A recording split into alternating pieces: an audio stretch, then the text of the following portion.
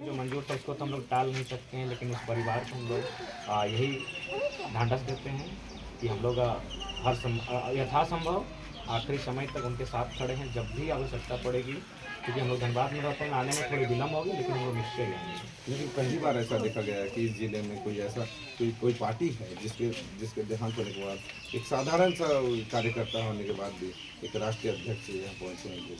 देखिए, हमारे लिए सभी समान हैं। जैसा हम हैं, बाकी लोग भी वैसा हैं। उनका भी जीवन का महत्व वही है, तो इसीलिए हम लोग सबको समान मानते हैं। हमारी सोच भी समानता की है। तो वो हमारे बड़े भाई स्वरूप हैं। जब भी पढ़ाना आए, अब वे हमेशा पीछे खड़े होते थे, तो एक शक्ति मिलती थी। तो कहीं ना कहीं हमारे लिए भी अत्यंत पीड़ा का विषय था, और हम लोग भी बहुत प्रयास किए थे। मानते हैं हम लोग भी निर्धन, हालांकि आज पूरे राज्य में हम लोग चर्चा का विषय है, लेकिन आर्थिक स्थिति से देखा जाए तो हम लोग भी निर्धन परिवार के ही बेटे हैं। लेकिन हम लोग क्राउड फंडिंग के माध्यम से, सोशल मीडिया के माध्यम से, और काम भी हो रहा था, लेकिन अब नियति को जो मंजूर से हम लोग टाल नहीं सकते हैं। हम लोग भी तो कहीं ना कहीं बेबस हैं, लाचार हैं तो एक मानव साधारण सा। तो कुल मिलाकर उस परिवार के लिए जहाँ तक हमारा संभव बनेगा हम लोग साथ देंगे।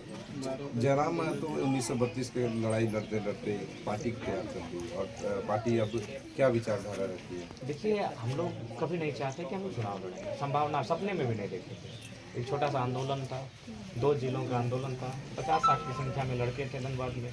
लेकिन 1.5 साल से हम लोग आंदोलन किए, और जब 1.5 साल के दरमियान हम लोग, हाँ, अगर यही आंदोलन हमारा धनबाद बोकारो तक जो सीमित रहा तो हम लोग राजनीति की सोचते नहीं। लेकिन जब हम लोग कोल्हान में आए तो वही संख्या में आवाम यहाँ जुटी, जनसैलाब जुटा।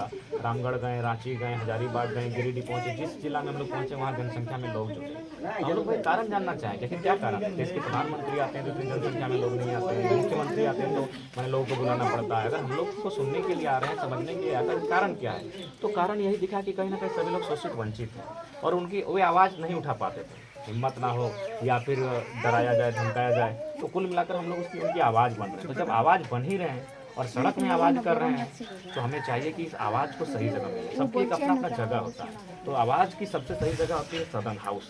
तो हम लोगों ने तय किया, निर्धारित किया कि अब हमें हाउस में भी जाने की आवश्यकता है, और हाउस में अपनी बातों को रखेंगे ताकि पूरी दुनिया सुने, और उसको भी आभास होना चाहिए कि झारखंडियों के साथ क्या अन्याय हो रहा है। जैसे 81 विधानसभा सीटों से लड़ने की बात सामने आ रही है, कितना सच है? देखिए, हम लोग अपनी शक्ति को ऊपर करेंगे। जहाँ हम लोग के संगठन का जमीनी स्तर पर विस्तार हो जाएगा, उस समय तक वहाँ तक हम लोग अपना तैयारी करेंगे। यदि आपके टीम अभी आने वाला निकटतम से चुनाव है, उसमें 81 विधानसभा सीट में आप चुनाव लड़ाते हैं, और उस दौरान आपकी पार्टी यदि नहीं जीत पाती तो क्या ये चुनावी मुद्दा रहेगा, या फिर बस नहीं? उसके बावजूद हमारा आंदोलन चलता रहेगा, और हम लोग लगातार संघर्ष करते हुए दिखेंगे, क्योंकि संघर्ष से ही हम लोग यहाँ उपज कर आए हैं।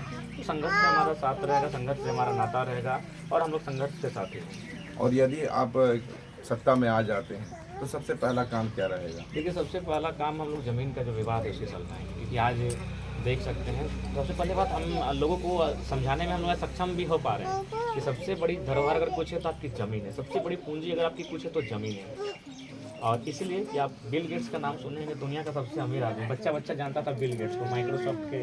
आज उसको माइक्रोसॉफ्ट को बेचकर 3 लाख एकड़ जमीन खरीदे बिल गेट्स। आज वो दुनिया का अमीर आदमी नहीं है। आखिर उनका संपत्ति गया कहाँ? उस संपत्ति को बेच चुके हैं। बदले में उस पैसे से क्या लिया? 3 लाख एकड़ का जमीन लिया। यानी बिल गेट्स जो दुनिया का नंबर 1 आदमी है, उसने आभास कर लिया ये व्यापार, ये नौकरी, ये कुछ दिनों के लिए। जमीन जो है, भूमि है, वो अस्थायी है। इसलिए हम लोग भूमि, जो जिस प्रकार जमीन की लूट हो रही है यहाँ कंपनियों के माध्यम से, हम लोग सबसे पहला रोक, सबसे पहला लगाम अगर लगेगा तो भूमि के रोक पर, क्योंककि अगर कुछ अस्थायी है यहाँ तो भूमि, उसके अलावा कुछ भी अस्थायी नहीं है। घर आज मेरा यहाँ है, हम कल कहीं और बना सकते हैं, लेकिन वो जमीन जहाँ की तहाँ तिरंग भी डाल सकते हैं। हर